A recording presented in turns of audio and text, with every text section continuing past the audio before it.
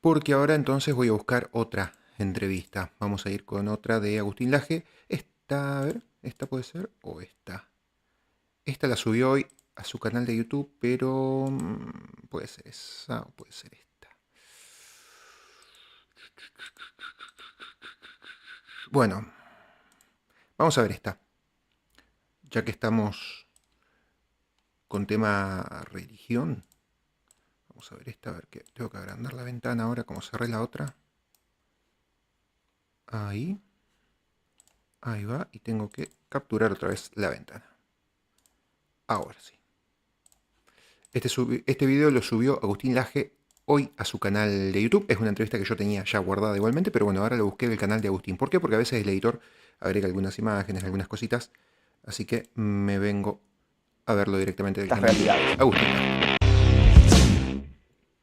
¿Qué tal, Agustín?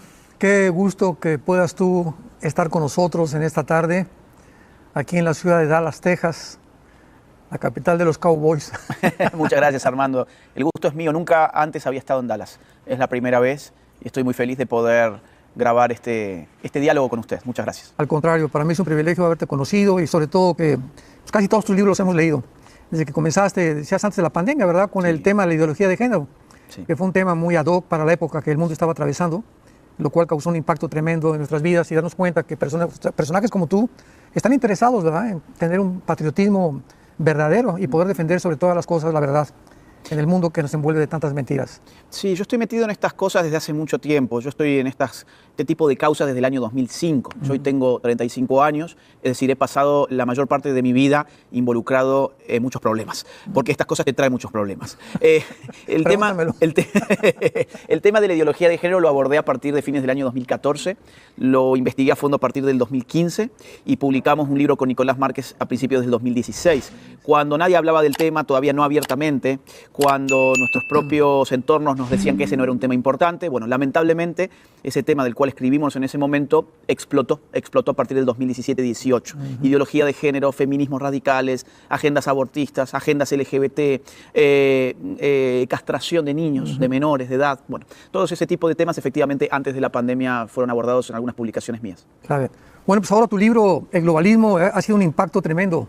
Yo lo considero ahorita una obra de la literatura, de la antropología, filosofía, impresionante lo que tú has vertido en estas páginas. Y tengo algunas preguntas que hacerte que estoy seguro que van a ser de muchísimo interés, sobre todo para la iglesia, Agustín, cristiana en el mundo entero. No importa la denominación que sea, pero son preguntas necesarias que necesitamos tener las respuestas adecuadas y creo que tú eres un experto en esto. Por ejemplo, la primera, ¿por qué crees que el Estado ha estado asediando en los tiempos modernos a la iglesia? Mira, hay una figura muy interesante del Estado que es la figura del Estado laico. Después de guerras de religión, siglo XVI, XVII, el Estado trata de ponerse como árbitro y desde afuera decir, me constituyo un Estado laico, es decir, no adopto oficialmente una religión, pero garantizo libertad religiosa en la sociedad, en el pueblo. Entendemos desde el Estado, dice el propio Estado, que la sociedad es plural. En el mundo moderno las religiones son variadas y que la gente al final de cuentas tiene libertad para escoger su tipo de culto o su fe. Bien, esta es la idea del Estado laico. Lo que hemos estado viviendo en los últimos años no es Estado laico, sino que es laicismo, que es la ideología según la cual la persona de fe es un ciudadano de segunda categoría. Que si un ciudadano tiene una fe religiosa determinada, tiene que callarse en el espacio público, tiene que autocensurarse. Eso ha generado un problema muy grave en las personas de fe y es que han tenido que mutilar su identidad. Son unas personas cuando entran en la iglesia y son otras personas cuando están en el espacio público. Esto ha sido además alimentado por políticos que a la hora de solicitar el voto popular se meten en las iglesias y dicen yo soy cristiano, yo soy católico, pero una vez que ganan las elecciones se dedican a destruir a las iglesias. Voy a poner un solo ejemplo. Joe Biden en este país ganó mucho porcentaje del voto católico, diciendo que él era también católico, y lo primero que hizo cuando asumió el poder de la Casa Blanca fue habilitar fondos federales para financiar abortos en México, en tu país. Sí. Entonces, ¿cuántos católicos hay cómplices de eso? Muchísimos. ¿Cuántos cristianos votaron también por Biden? Muchísimos. Entonces, ha habido un quiebre en la identidad del hombre de fe que se concibe a sí mismo como dos realidades separadas. Soy una cosa cuando estoy dentro de una iglesia y soy otra cosa cuando estoy en el espacio público. Eso ha sido funcional para los políticos en general. Un tipo esquizofrénico. Es esquizofrenia pura. Exactamente. En tu libro dices, cuando la política se deshace de la ley eterna y de la ley natural, se convierte en ella misma en una autoridad creadora y el Dios moral finalmente es el que acaban adorando. ¿Qué concepto estabas tratando de vertir ahí? Mira, en la Edad Media la idea de la soberanía estaba anclada en Dios.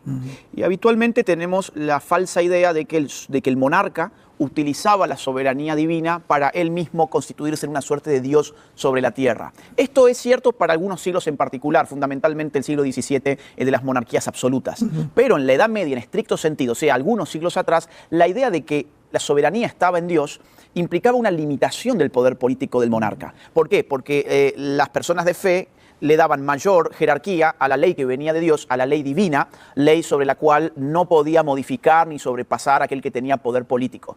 La ley divina generaba una limitación sobre el poder político, lo mismo que la ley natural. ¿Por la lealtad? Por la lealtad que se tiene respecto de un Dios que ha ordenado cosas. La idea del orden es primero un orden natural, un orden divino, y luego está el orden de los políticos. La idea es que el orden de los políticos no puede mancillar ni el orden de Dios ni el orden de la naturaleza. Eso es lo que se ha quebrado profundamente en nuestro siglo tanto XX como XXI.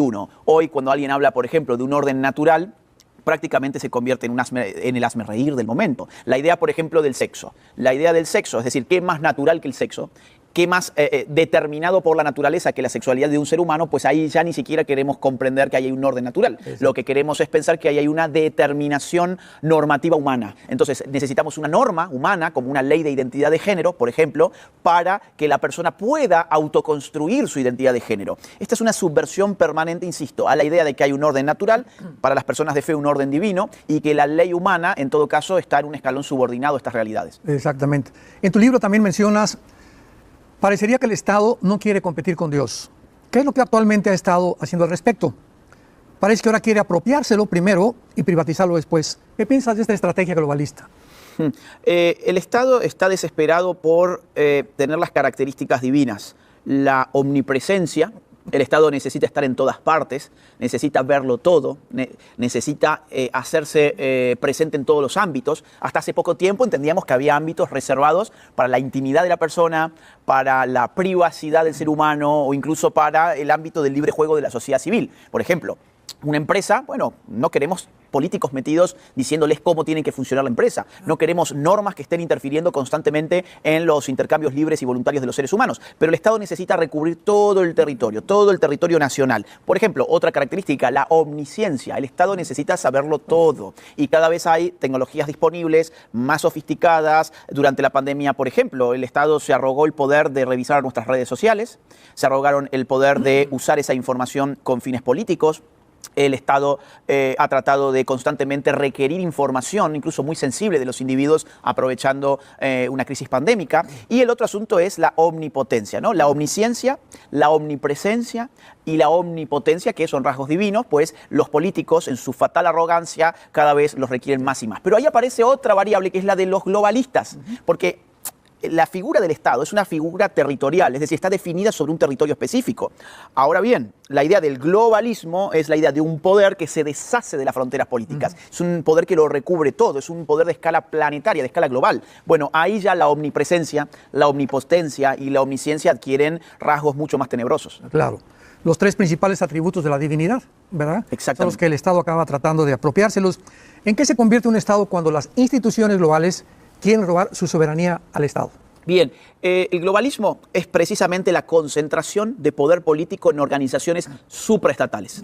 Entre el siglo XVI, XVII y nuestro siglo XXI, el poder político estaba concentrado en lo que llamamos estados. El Estado, como decía recién, está definido territorialmente. La idea es que sobre ese territorio, quien define su presente y su futuro es la autoridad estatal. ¿Qué está pasando en los últimos tiempos, en las últimas décadas? Organismos que no son estatales, que no son territoriales, que no tienen en su seno una nación, sino que son supraestatales y supranacionales, empiezan a definir el destino de las naciones del planeta. ¿En qué lugar se queda entonces el Estado en esa situación? Yo le llamo Estado proxy, es decir, un Estado intermediador. Recordemos, por ejemplo, no sé, instituciones como los virreinatos, en épocas de evangelización, en épocas en que llegaban los españoles a América, constituían instituciones coloniales, por ejemplo, un virreinato. ¿Qué hacía el virreinato? Intermediaba, ejecutaba en territorio americano políticas que venían desde la corona española. Bien, eso no llega a ser globalismo, en todo caso podemos llamarle colonialismo o imperialismo incluso, pero el globalismo aparece en realidad cuando las órdenes ya no vienen de otro Estado, sino que vienen de organismos como Naciones Unidas. Cuando Naciones Unidas, por ejemplo, dice, esta es la Agenda 2030, esto es lo que las naciones, esto es lo que los estados de las naciones deben aplicar, están convirtiendo al Estado ya no en soberano, sino en un Estado servil, un Estado que simplemente ejecuta una orden que le viene desde arriba. Eso lo vimos claramente en la pandemia, ¿verdad? Bueno, sin dudas. Los protocolos no los dictaban los estados, sino venían de... Ese es un punto muy importante porque es el ejemplo más evidente de que todos estos temas tienen que ver con nuestra vida de todos los días. Cuando uno habla de esto hay gente que piensa, pero están hablando de esferas que no tienen que ver con mi vida, discusiones que a menos que uno sea político no tiene ninguna incumbencia, y en realidad no es así. Es decir, hace 3 años apareció un virus que nos dijeron que venía de un murciélago, imagínate lo ingenuos que nos creyeron, que venía de un murciélago de China y que se desparramó por todos lados, y ahí apareció entonces el problema de cómo se gobernaban a las naciones durante una pandemia. Qué casualidad también que en el 2010, creo que fue, salió una película que se llamaba Contagio, que justamente decía eso, que había un virus que salía de un murciélago. ¿Estaban preparando las mentes y los pensamientos por alguna ventana de Overton, tal vez? No lo sé. Se los dejo para que piensen. Esto benefició muchísimo a los globalistas porque tuvieron la llave maestra para decir una pandemia es un problema global. Pan es un prefijo que significa todo. La diferencia entre una epidemia y una pandemia es que la pandemia es planetaria y los globalistas dijeron, bingo, esto es lo que nosotros estábamos persiguiendo o esperando. Una excusa para decir necesitamos que una organización política global determine las políticas que se necesitan en todo el planeta. ¿Cuál fue esa organización? Concretamente fue la OMS, Organización Mundial de la Salud. Un organismo que es parte de Depende de la ONU. Que depende de la ONU. La ONU, miren, a ver, esto es muy importante porque a nosotros nos han enseñado desde el colegio que la ONU eran los filántropos del mundo, que la ONU era una organización muy benevolente, que además la humanidad tenía que rendirse a los pies de la ONU, y la mayor cantidad de gente se lo cree a eso, las mayorías creen eso, porque es lo que hemos venido consumiendo desde el colegio, la universidad, los medios de comunicación, incluso ciertas iglesias han llevado adelante ese tipo de mensaje, incluso, y la ONU en realidad es una organización nacida en 1945, después de la Segunda Guerra Mundial, cuyo objetivo principal consistía en garantizar la paz y la seguridad del mundo. Ahora bien, dejaron abierta la puerta de algo llamado organismos especializados, y esos organismos especializados empezaron a multiplicarse y a recubrir todos los ámbitos públicos e incluso íntimos de los seres humanos. Hoy vos tenés órganos especializados de salud, como el de la OMS, tenés órganos especializados en educación y cultura, como UNESCO, tenés órganos especializados en niñez, como UNICEF, tenés órganos especializados en asuntos económicos, monetarios, financieros, como el Banco Mundial, como el FMI, tenés, por ejemplo, órganos especializados en temas de sexualidad, como ONU Mujeres, tenés, claro, ONU Mujeres, es impresionante, todo lo que es ideología de género baja desde ahí, por ejemplo. OVNIs. Tenés órganos especializados, por ejemplo, en temas de agricultura, de industria, de clima, órganos especializados en trabajo, la Organización Internacional del Trabajo, tenés órganos especializados para todos los temas, tenés órganos especializados para demografía, como el Fondo de Población de Naciones Unidas. Entonces, ¿en qué se convirtió Naciones Unidas? En un megagobierno. En un megagobierno. Financiado, entre otros, por nosotros, pero principalmente financiado por aquellos que tienen sobras de capital y que pueden controlar políticamente esas organizaciones a base de dinero. Claro. La OMS, que fue el asunto que recién salió por la pandemia, quien más le financia es un señor llamado Bill Gates. En este libro, en la investigación que yo he hecho, he encontrado en la base de datos de la Fundación de Gates 599 donaciones multimillonarias a la OMS. Cuando uno suma esas donaciones, le va a dar que el señor Gates tenía más poder que Alemania sobre la OMS, que tenía más poder que Rusia, que tenía más poder que Bélgica, que Francia, que México, que Argentina, que cualquier país de la Tierra. Realmente es una élite la que está controlando el mundo actualmente, ¿verdad? Bueno, es que algunas familias. las élites son intrínsecas a lo político, y esto es muy importante que surja. Está la idea de que quien habla de élites está haciendo una teoría de la conspiración. Y en realidad no, la política siempre se trata de élites. Vamos a poner un caso norteamericano para que la gente baje esto también a tierra. Esta semana vi en el canal Olga de acá de Argentina, que es el canal de streaming de Miguel Granados, que le hizo una entrevista en su podcast La Cruda a una millonaria que es de Argentina, de Catamarca, pero hace muchos años vive en Estados Unidos y estudió en Harvard o en una universidad de esas por el estilo, muy elitistas, y decía justamente que el tema de las fraternidades y las hermandades estas, que de allí surgen teorías de la conspiración, de que a partir de esas hermandades o fraternidades surgen las familias más adineradas y que de ahí manejan después el mundo. Y decía que cuando entró ella ahí, le pareció bastante cierto eso, porque se movían muy, muy en secta esos hijos de esas familias adineradas y familias muy adineradas, que incluso había hijos de familias reales de Arabia y de países de allá que tomaban un avión para ir a visitar al hijo un día y volvían al día siguiente en otro avión. O incluso el hijo tomaba clases a veces en avión, se iba desde Arabia hasta Estados Unidos y volvía. Bueno, a ese nivel de riqueza van esos chicos, esos hijos de familias reales, familias con mucho dinero, a esas universidades en Estados Unidos. Y bueno, a partir de ahí se dice, o está esa teoría que yo no la sabía, pero bueno, ella misma lo reconoció, que cuando vos entrás ahí y sos medio nuevo, podés pensar eso. Que después dice ella que no se lleva a cabo en la realidad, pero bueno, que cierta sectariedad tiene eso, y bueno, de ahí surgirá, supongo yo, esa teoría conspirativa, que bueno, no sabemos si es así, pero así se dice, y bueno, hasta ella incluso lo vivió en carne propia cuando ingresó a esa universidad y le pareció hasta incluso un tanto cierta la teoría. Cuando Joe Biden tuvo su debate con Trump, ¿qué pasó en ese momento? Bueno, los medios de prensa empezaron a decir que Joe Biden no estaba bien mentalmente, cosa que no habían dicho antes. Empezaron a decir que Joe Biden estaba mal en las encuestas. Los financistas del Partido Demócrata dijeron no vamos a poner más dinero a menos que cambien a este sujeto. Y las familias que controlan el Partido Demócrata dijeron vamos a cambiarlo por Kamala Harris. ¿Cuántas personas tomaron esa decisión? Muy pocas. Es una cuestión de élites. La política es una cuestión de élites. Y a nivel global, por supuesto que hay élites. En Naciones Unidas hay élites. Más aún, recién mencionamos algo llamado Agenda 2030, si quieres después hablamos más de eso, pero si yo te digo, por ejemplo, que la Agenda 2030 es una agenda para 8.000 millones de seres humanos y que solamente la han diseñado 87 seres humanos, y esto está documentado en Naciones Unidas, bueno, pues quien diga que no existen las élites es un completo ignorante. Claro. Las élites son intrínsecas al manejo de lo político en todas las esferas. Claro. En tu libro también citas, entre comillas, nada es más hostil a las religiones tradicionales que la religión woke contemporánea. ¿De qué forma procede el globalismo ante esta realidad del wokeismo?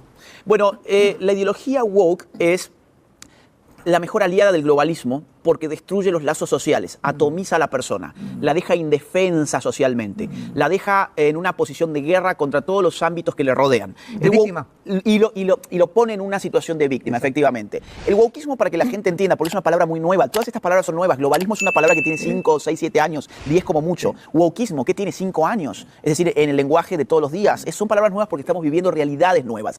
Wokeismo refiere al descontrol de la dialéctica del opresor y el oprimido. Estas palabras que suenan rimbombantes vamos a bajarlas también para el gran público.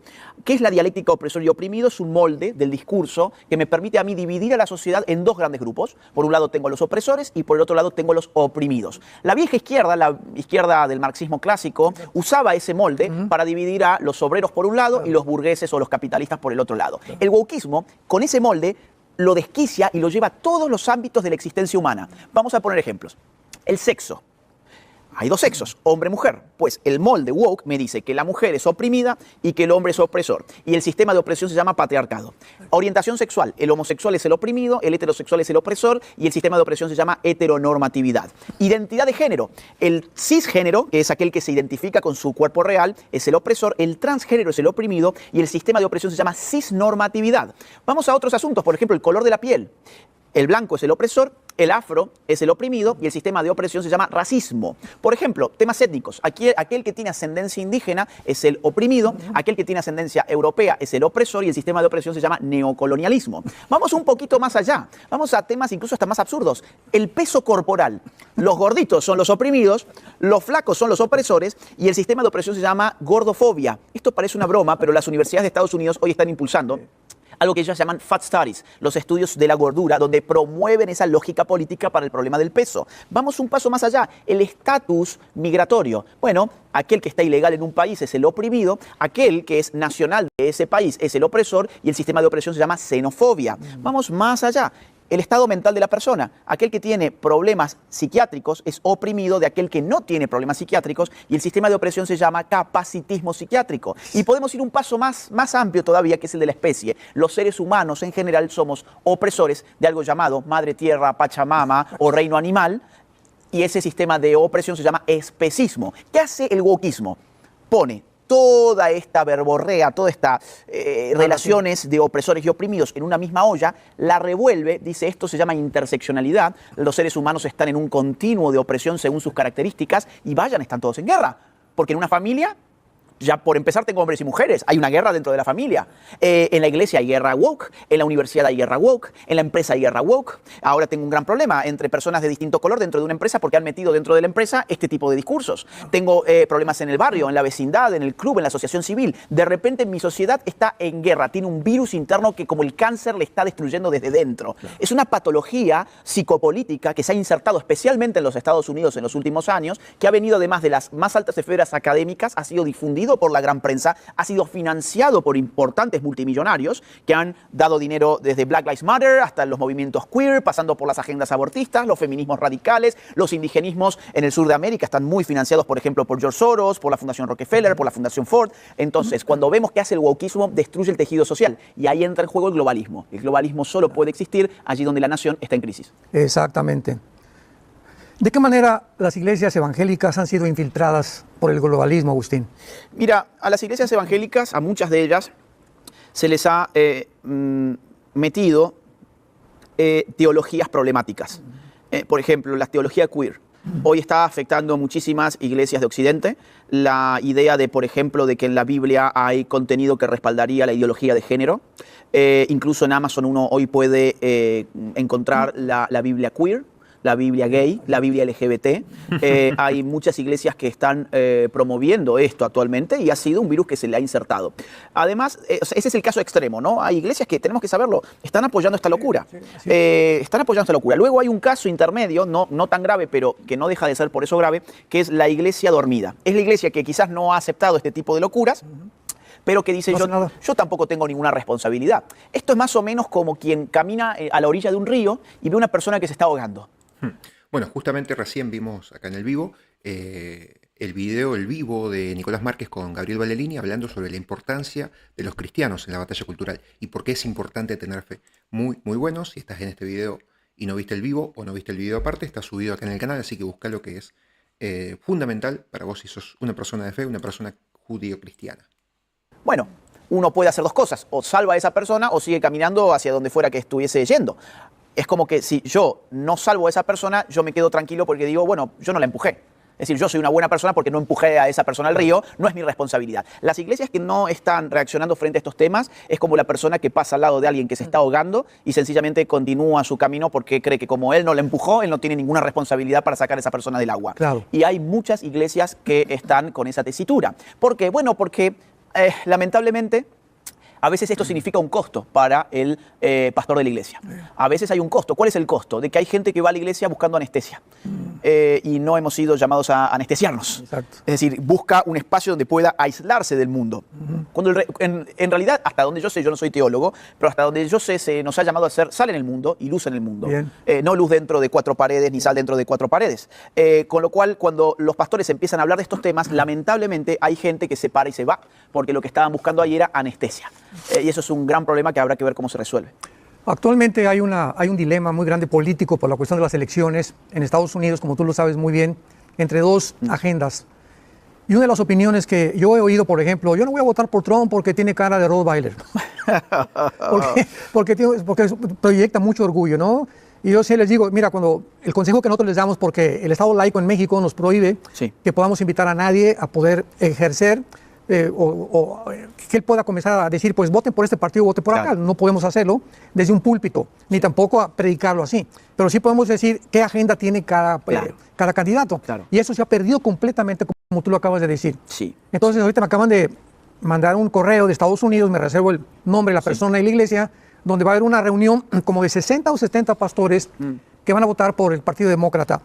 ¿Por qué? Les pregunté esto, ¿cómo es posible que haya tanta desinformación? Porque acaban de propagar la idea de que Trump va a sacar a todos los ilegales.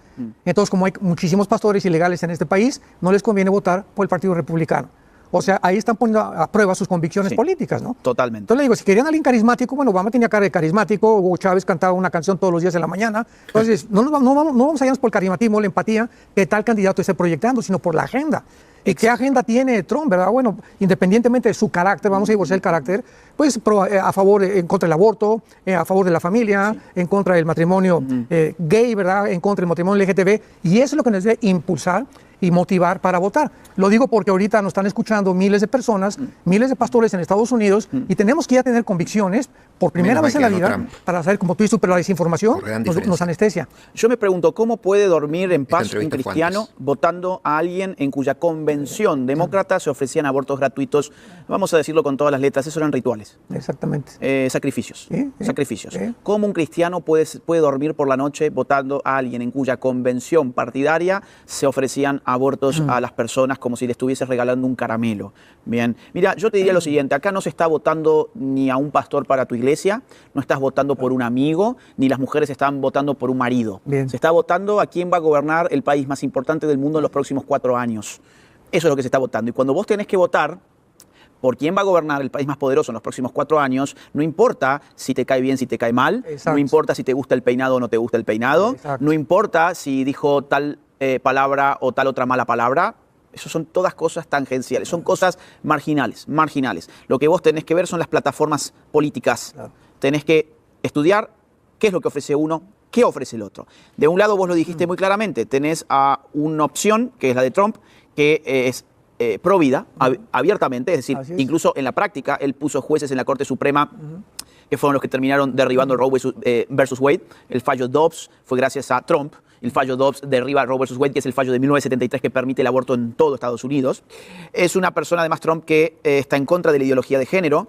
Está en contra de, por ejemplo, tener estos baños donde se puede meter cualquier persona y poner en riesgo a las mujeres. Deportistas trans metidos en ligas a las que no pertenecen y aprovechándose de las ventajas biológicas y a nivel físico que les da su verdadero sexo.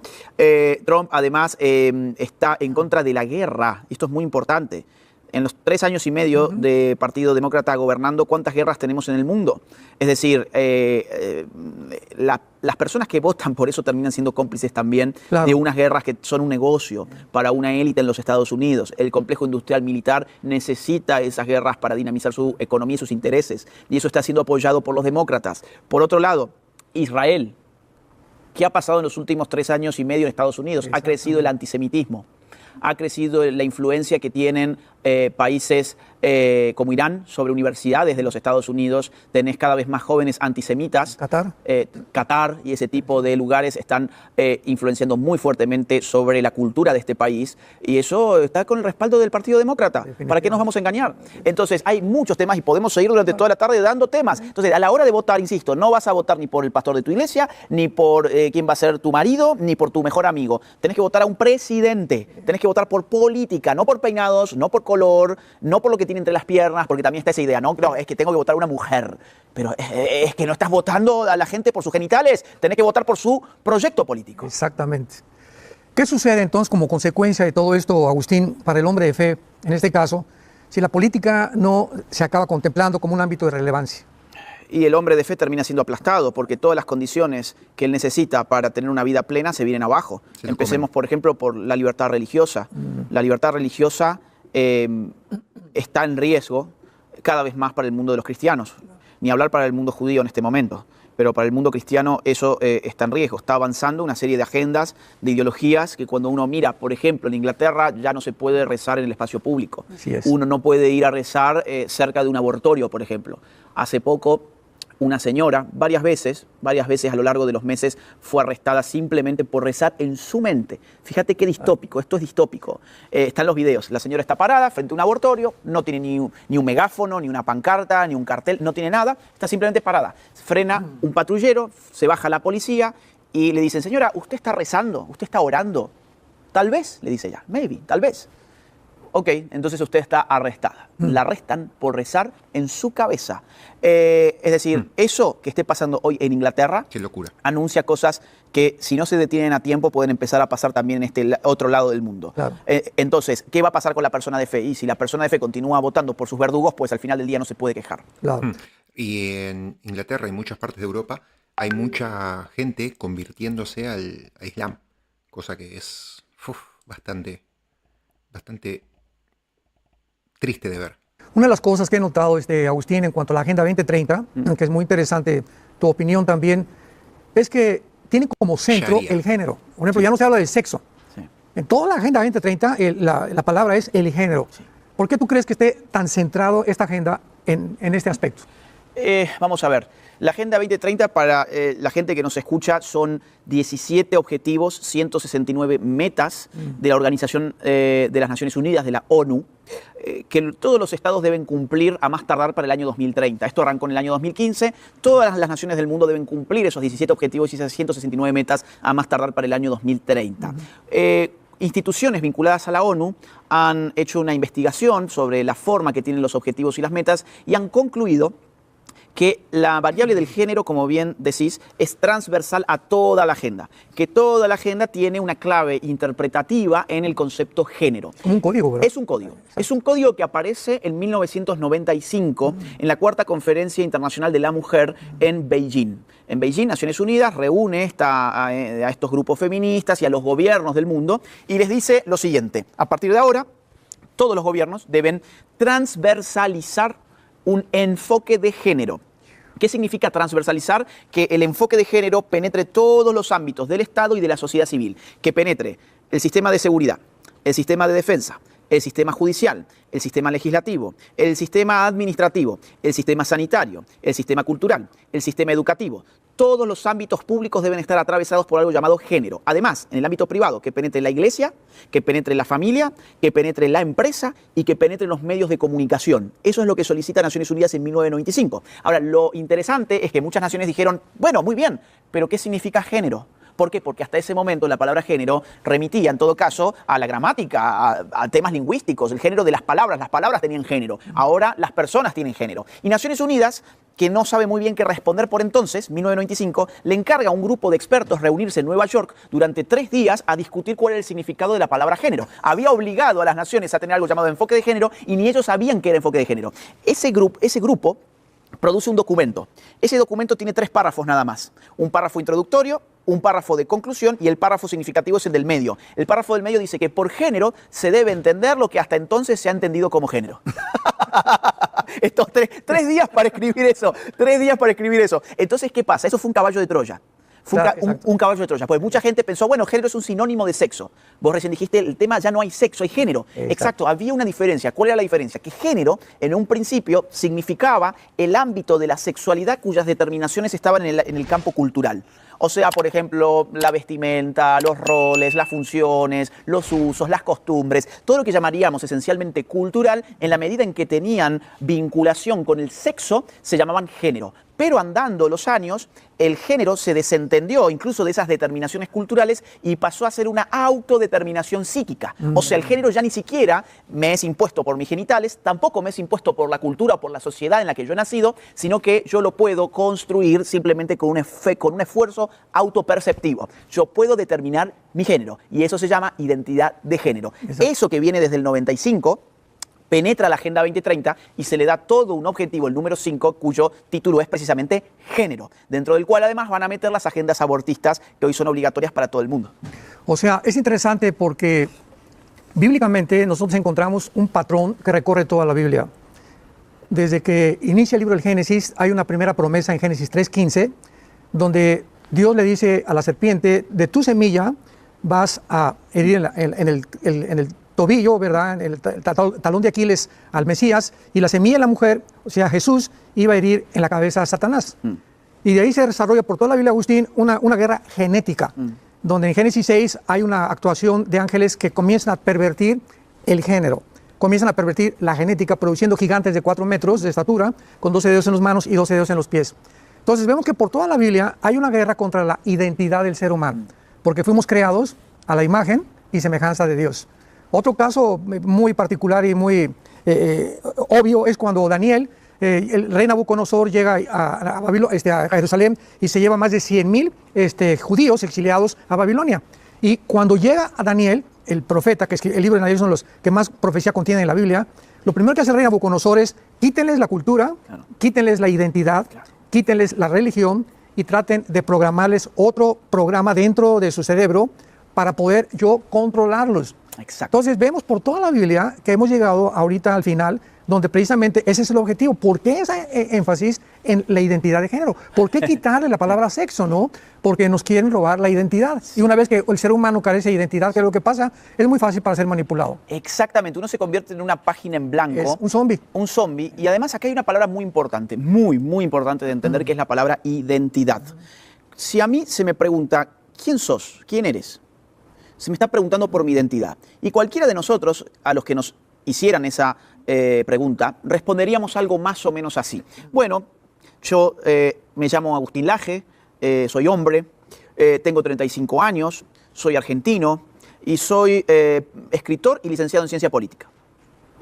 Fíjate que todas las características que yo di, salvo una, todas las demás eran características no escogidas por mí.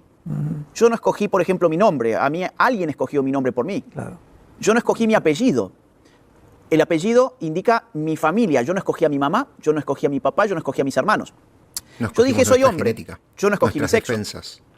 Yo dije, tengo 35 años. Yo no escogí nacer en 1989. Yo dije, soy argentino. Yo no escogí nacer en Argentina. Yo dije, soy escritor y politólogo. Bueno, eso sí lo escogí. Fíjate que de todas las características que uno espontáneamente brinda cuando se le pregunta por su identidad, la mayoría, la inmensa mayoría son características no escogidas. ¿Por qué? Porque la identidad tiene que ver con lo que estabiliza a mi yo.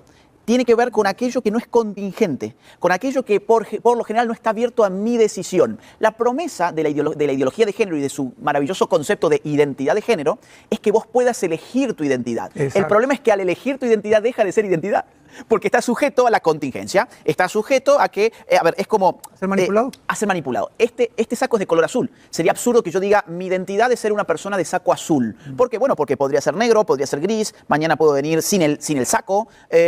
Claro, cuando algo es contingente y está abierto a que yo mismo lo elija, ya no tiene fuerza identitaria. Claro. La gran estafa para estas personas es que les han vendido que ellos podían escoger su identidad sexual hablando simplemente de identidad de género. Entonces, ¿qué pasó? Se convirtieron en hombres mutilados o en mujeres mutiladas, pero no dejaron de ser hombres y no dejaron de ser mujeres.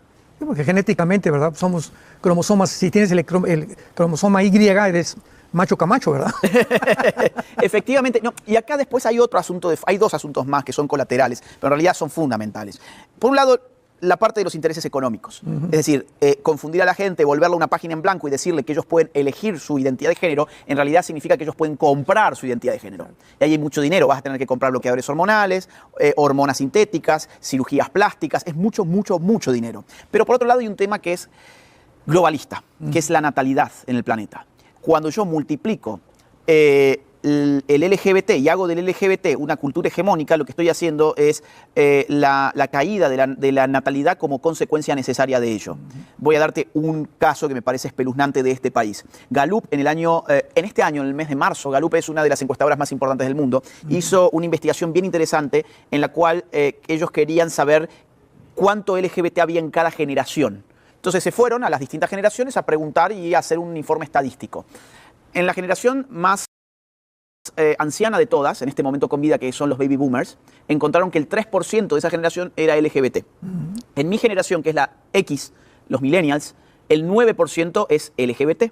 Y en la generación Z, que son los adolescentes de hoy día, el 22,3% es LGBT. No me digas. O sea, estás hablando de casi un cuarto de este país que en el futuro inmediato no se va a reproducir. Eso tiene una consecuencia geopolítica espeluznante. Eso tiene una... Claro, es que me van a decir, ¿y qué te importa a vos? Si es su decisión y es la diversidad y es la inclusión. Bueno, no es que a mí me importe. El problema es que cuando esto está fabricado, y es lo que están haciendo, es fabricarlo, vos podés destrozar a una nación descendiendo su natalidad de una manera significativa. O en Europa, ¿no? En Europa, mirá, yo vivo la mitad del año en España. La natalidad en España hoy es 1,1, 1,2 hijos por mujer. Y los musulmanes multiplicándose como... Eso tienen 5, 6, 7. Ahora, en España vos tenés 1,1, 1,2... y necesitas el doble, por lo menos, para mantener a tu sociedad recambiándose. Claro. Vos además tenés aborto en España. Bien, ¿cuántos niños abortan? El último año se abortaron 103.000 españoles. No me digas. ¿Cuántos nacieron? 400.000. O sea, con una sola política llamada aborto, descendiste su natalidad o descendiste la cantidad de españoles naciendo en ese país en un 20%, más de un 20%. Ahora, si eso le metes la variable LGBT y generás que en las nuevas generaciones haya una explosión LGBT, pues lo que estás haciendo es, en nombre de la diversidad, disminuir tu natalidad. En nombre de la sostenibilidad, que es el icono de las Naciones Unidas, la sostenibilidad, no estás teniendo natalidad sostenible para una sociedad. Este país, por ejemplo, está también con sus tasas de natalidad por el suelo. Aquí en Estados Unidos está en 1,6. Necesitas, insisto, 2,2. En 1,6, mínimo 2,2. En Inglaterra está 1,4. Occidente en general se está suicidando. ¿Y quiénes se frotan las manos? Los enemigos de Occidente. Claro, claro. Ellos no tienen estos problemas. Claro. Ellos no tienen agendas woke. Ellos no matan a sus niños. Ellos no castran a sus niños. Nosotros sí. O sea, definitivamente detrás de la agenda globalista existe una reducción de la población, un proyecto para la reducción de población. Y están usando todo esto, el LGTB, el identidad de género, con el propósito principal de una reducción de la población. Sin dudas, sin Fue lo dudas. que dijo Bill Gates en el 2015 en un video, ¿verdad? Mire, esto es un tema crucial de entender porque mucha gente escucha esto y dice inmediato, son teorías de la conspiración. Ajá, sí. No. Una teoría de la conspiración, por definición, carece de información pública y oficial. Claro. Todo lo que yo estoy brindando en este momento es información pública y oficial. Vamos a continuar en esa línea. Año 1965, Lyndon Johnson, por entonces presidente de este país, Partido Demócrata, dijo en el 20º aniversario de Naciones Unidas que las Naciones Unidas debían actuar conforme a la idea de que menos de $5 invertidos en control de población equivalen a más de $100 invertidos en sacar a la gente de la pobreza. ¿Eso qué significa? Miren, es mucho más barato hacer que el pobre no se reproduzca que después sacarlo de la pobreza una vez que ha nacido. Esto va a tener un impacto sostenido en las políticas globales. Por ejemplo, en el año 1974, Naciones Unidas se reúne en una conferencia internacional llamada de Población y Desarrollo en Bucarest. Es una de las primeras conferencias que organiza el Fondo de Población de Naciones Unidas, que se creó en el año 1968. En esa conferencia, 1974, Naciones Unidas dicen, oigan, tenemos que reducir la natalidad y vamos a presentarles un plan mundial de acción en población. Ese fue el nombre. Busquen todo esto porque esto es público. ¿Qué hacen los países del tercer mundo, como se llamaban por entonces? Se oponen a eso. Dicen, oigan, nosotros no vamos a ser parte de este juego, nosotros no tenemos ningún interés de evitar que nuestra gente se reproduzca. Pensemos en un país como el mío, Argentina, un país enorme donde no hay gente. Es decir, ahora somos 44 millones de personas, pero si uno se fija cuánta gente entra en el país, pues es un país despoblado. ¿Por qué tenemos que seguir indicaciones de Naciones Unidas de que tenemos que castrar a nuestros niños, que tenemos que evitar que se reproduzca la gente? ¿Por qué? Bueno, entonces fracasa Naciones Unidas en el 74. En Bucarest fracasa. Por eso en este país, Estados Unidos, a fines de ese año va a salir un informe secreto que después se desclasifica en el año 89, que es el llamado Informe Kissinger. El famoso Informe Kissinger lo que va a decir es que Estados Unidos tiene que ponerse al frente de lo que pasa en los organismos internacionales y tiene que apostar a la reducción de la natalidad. Bien, llega el año 1994. La ONU vuelve a hacer su intentona con una conferencia internacional de población y desarrollo. Esta vez lo hacen en El Cairo. Y esa conferencia empieza de la siguiente forma, en su preámbulo ingresa de esta forma. Dice así, el mundo en los próximos 15 años va a crecer en su población total. Las hipótesis de los expertos de Naciones Unidas van de mínima a máxima de la siguiente manera. 7.100 millones de seres humanos en el mundo, hipótesis mínima, hipótesis media 7.500 millones de seres humanos en el mundo e hipótesis máxima 7.800 millones de seres humanos en el mundo. ¿Qué tenemos que hacer? Tenemos que hacer todos nuestros esfuerzos para que se cumpla la hipótesis mínima y no la máxima. Dentro de todas las medidas que pide tomar Naciones Unidas, en esa conferencia internacional está la legalización de la interrupción del embarazo, o sea, abortos. Esto es una petición de la ONU, se reproduce otra vez en la Agenda 2030. La meta número 6 del objetivo número 5 es cumplimentar de una buena vez con todo lo que se dispuso en el Cairo 1994 y todo lo que se dispuso en Beijing en el 95. O sea, agenda de ideología de género y agenda de abortos cuanto antes en el nombre de la diversidad, la inclusión y el feminismo. Entonces, sáquense el chip de la cabeza de que esto es una teoría de la conspiración. Esto es público, esto es oficial y en uno de los últimos informes de Naciones Unidas sobre el cumplimiento de la Agenda 2030 se dijo claramente que el mundo, hasta que no termine de legalizar el aborto, pues entonces no estará cumpliendo con la Agenda 2030. Exacto. Finalmente, Agustín, en vista de que estamos convencidos, ¿verdad? Desde cualquier punto de vista, ya sea cultural, histórico, filosófico, teológico, de que los gobiernos no vamos a poder contar con ellos, tanto antropológicamente, políticamente, como teológicamente también. No podemos esperar ya nada de los gobiernos. Este gobierno de Estados Unidos que se nombró el líder de la democracia, el capitalismo en 1945, después de la Segunda Guerra Mundial, y que vemos que todo está desmoronando ahorita las democracias están desmoronando, el capitalismo, todo es una mentira, todos los temas de gobierno, todas las filosofías, comunismo, llámale capitalismo. Yo fui comunista en mi juventud porque me decepcioné mucho de la religión. Y en mi época, el ser comunista, tenías tú que ser, tenías que creer en la evolución, tenías que ser humanista, tenías que ser ateo, y ahorita esa plataforma ya desapareció. Me acuerdo que Chávez murió con un crucifijo, ¿no? Sí. O sea, para mí era un chiste que la forma en la que mezclaron esta ideología con otras, donde nos damos cuenta que no hay nada que precisamente que pueda culminarse con la verdad ni tampoco como la libertad. Entonces, ante este panorama, Agustín, creo que debemos nosotros, tú en tu plataforma, yo en mi plataforma, podemos influenciar el mundo hablando, como tú lo estás haciendo en diferentes plataformas, diciendo la verdad. No esperemos ya nada de los gobiernos. Entonces, yo le doy gracias a Dios por esta plataforma como enlace que me brinda la oportunidad de hablar, ¿verdad? Y de comunicar al mundo una verdad que no puedes ya comunicar en cualquier punto, igual que tú. Buscas plataformas que se te abran. Estoy seguro que aquí se te abre una plataforma muy grande también. Sí, Entonces yo creo que debemos apelar a eso, ¿no crees? Sí, yo lo veo de la siguiente forma. Es muy cómodo pensar que si yo no tengo el dinero de George Soros no puedo hacer nada. Exacto. Es muy cómodo pensar de que si yo no soy dueño de CNN no puedo hacer nada, o que si yo no tengo un puesto importante en Naciones Unidas, pues estoy incapacitado para hacer algo. Claro. A ver, con el solo hecho de que tengas hijos, ya tenés una misión por delante, que es educarlos para ser buenos ciudadanos y para ser conscientes de lo que está pasando en el mundo. Ya ahí tenés tu batalla, ya ahí está tu batalla plantada. Es decir, todo el mundo está hoy llamado a hacer algo con esto que tenemos. Todos. No importa si tus redes sociales tienen muchos seguidores o pocos, no importa cómo esté el estado de tu cuenta bancaria, lo que importa es que vos seguro tenés amigos, seguro tenés parientes, seguro tenés tu propia familia, y ya con esa gente que te rodea necesitas influir positivamente. Y como les dije varias veces, si quieren abrirse un canal de YouTube o un canal de Facebook, una red social, Instagram, Twitter, lo que sea, para subir contenido, y sea que se animan ustedes a salir en cámara y hacer videos o no, me pueden contactar al mail batallaculturalclips@gmail.com o a mi Instagram, Ezequiel.Juan, Ezequiel.Juan, @Ezequiel.Juan. Juan, el apellido es como la moneda china, Y-U-A-N. Así que ahí me pueden contactar y bueno, cualquier consulta, ayuda que necesiten, me avisan, me preguntan por ahí. De hecho, me han preguntado ya varias personas por el tema de edición de video, por el tema de crear contenido y videos con inteligencia artificial, con páginas y demás, y los he ayudado en todo lo que he podido, así que cualquier cosa me ayudan. Incluso si quieren crearse canales con el nombre Batalla Cultural Chile, Batalla Cultural Ecuador, Batalla Cultural de Colombia, lo que sea, del país que sean, háganlo nomás, no hay ningún problema por el nombre. Pero para influir necesitas saber lo que está pasando, Claro. tener, aunque sea un conocimiento básico al respecto, porque es que si no te enterás, ¿cómo haces? Nadie puede hacer nada con aquello que desconoce. Claro. Eso por un lado. Por otro lado, yo diría que hay otro actor muy importante, las iglesias. Las iglesias. A mí me alarma, porque vos recién mencionabas los gobiernos. Yo tengo un poquito más de fe de que cuando uno elige bien, cuando uno puede frenar algunas cosas, por ejemplo, se puede frenar las agendas del aborto, se puede frenar las hormonizaciones de niños, se puede frenar la ideología de género en los colegios, pero se necesita, bueno, gente que elija bien. Ahora, me alarma a mí, por ejemplo, ver que Chile, voy a poner otros ejemplos, Chile. En Chile, los cristianos evangélicos son el 20% de Chile. Ahora, si yo miro el Congreso chileno, ¿no hay 20% de evangélicos allí? No hay. O, por ejemplo, Colombia. No han penetrado esas esferas. No han penetrado porque parece que eso se sale de su vista. Ahora, veamos, por ejemplo, y no digo que el pastor sea, digo, un creyente, nada más. No es tanto pedir. O, por ejemplo, veo Colombia. Si yo sumo las distintas denominaciones cristianas, la católica, etcétera, pues la realidad es que en Colombia más del 80% creen en Jesús como su salvador. Y a la hora de votar, votan a un guerrillero, exterrorista, ateo, comunizante, un socialista del siglo XXI, amigo de Nicolás Maduro. Yo digo, ¿pero qué pasa acá?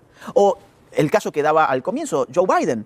Fue votado mayoritariamente por los católicos. A un tipo que es abortero, un tipo que mete ideología de género hasta en los jardines de infantes. Entonces, si la iglesia tuviera, obviamente manteniendo su misión en la tierra, que no es hacer política, Claro. pero si tuviera los ojos puestos en el mundo, se daría cuenta de que tiene un rol para con el mundo en Lo este que está momento. pasando en el mundo, claro. Exactamente, y al final de cuentas, si bien yo entiendo el punto de que los gobiernos no son el Mesías, los gobiernos no son nuestra salvación, pero los gobiernos, yo creo que al final de cuentas, en tanto y en cuanto la democracia funciona, nos permiten escoger quién va a estar ahí. Y al final del día hay que hacerse cargo de a quién escogemos. Claro. Tenemos que hacernos cargo si escogemos a un abortero, porque supongo yo que algún día se nos pedirá cuentas de eso. Exactamente.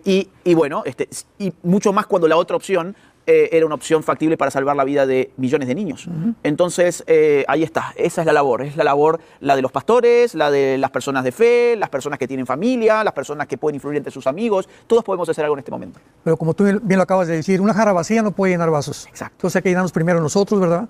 Y recordar que es. el matrimonio y la familia es la institución más santa y más sagrada que Dios ha establecido en el mundo, y comencemos con la propia familia y con nuestros propios hijos. Sin familia no hay sociedad.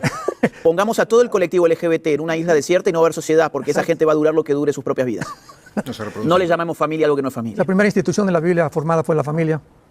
Así que Yo invito a la comencemos por gente ahí. además a que para formarse, humildemente les invito a que lean Globalismo. Así Es una herramienta para que los padres de familia puedan enterarse de lo que está pasando y poder también educar políticamente a sus propios hijos. Yo también recomiendo a todos ustedes que nos ven a través de la televisión y de esta reunión que acabamos de tener. Es un libro, ya casi lo acabo, pero me acosté anoche a las casi 3 de la mañana leyendo todavía. No he podido dejar de leerlo. Tiene una información impresionante, como tú dices, antropológicamente, literalmente, geográficamente, políticamente. Y va a ser una información que nos va a ayudar a todos nosotros como cristianos para poder tener un panorama mucho más amplio, porque si no sabemos lo que está pasando en el mundo, pues no vamos a poder colar con el mundo. O sea, si no sé las enfermedades, ¿cómo puedo saber qué medicina puedo aplicar al mundo, verdad? Exactamente. Y es el tiempo actualmente en el que el mundo tiene que conocer, primero que nada, que Jesucristo fue crucificado, fue enterrado y fue resucitado a los 3 días. Y que Él vive, es el primer ser humano que regresó de la vida con un cuerpo completamente diferente para mostrarnos a nosotros la esperanza en la que debemos de permanecer hasta el final, que es la resurrección de los muertos. Así es. Y Jesús dijo, el que oye mi palabra y crea al que me envió, tiene la vida eterna y no vendrá condenación, mas ha pasado de la muerte a la vida. Gracias a Dios que tenemos a Jesús y que muy pronto estaremos con Él. Amén. Agustín. Muchas gracias, Armando. Ha sido Al un gusto. contrario. Un gusto. Gracias por invitarme. Gracias, al contrario. Bueno, hasta ahí entonces este vivo y esta entrevista de Agustín Laje, hablando un poquito de globalismo, de su libro, de la batalla cultural y de la importancia obviamente de la religión y los cristianos en la batalla cultural. Un poquito también habíamos visto antes ya con Nicolás Márquez, un poco más metido en el tema y más específicamente, junto con Gabriel Ballerini. Muy importante, como dijimos antes, en la parte de Nicolás, tener fe, creer en Dios, te da un destino de vida, te da un camino, te da una estabilidad emocional y mental fundamental para en la vida tener propósito y tener eficacia a la hora de tomar decisiones. Te da valores, te da creencias, te da familia, te da amor, te da muchas cosas. Así que es muy importante. Así que si sos cristiano, te invito a sumarte a esta batalla cultural. Y todos ustedes den like, suscríbanse y todo lo que ya saben. Vamos a finalizar con este programa de hoy. Ya saben que en la descripción de este video tienen los alias y todo para donar y colaborar si quieren, ya sea de Mercado Pago de acá de Argentina o de PayPal si estás en el extranjero. Tienen los otros canales y las redes sociales también. Y creo que nada más. Bueno, y lo del caso de Beatriz, que al principio de este vivo vimos lo del caso de Beatriz. Tienen también acá abajo para firmar la petición, que como decían ahí al principio del vivo que vimos de Agustín Laje sobre el caso de Beatriz, todavía puede tomar varios meses hasta que se llegue a una resolución, así que sigamos insistiendo, no nos quedemos dormidos en los laureles porque nos pueden comer y eso va a ser muy importante para toda América, como ya vimos que decían ahí por el caso, ya que es la Comisión Internacional de Derechos Humanos y después tiene implicancia en más de 20 países o 20 países de América. Así que abrazo grande para todos. Y nos vemos en el próximo programa. Que anden muy, pero muy bien. Buen fin de semana para todos.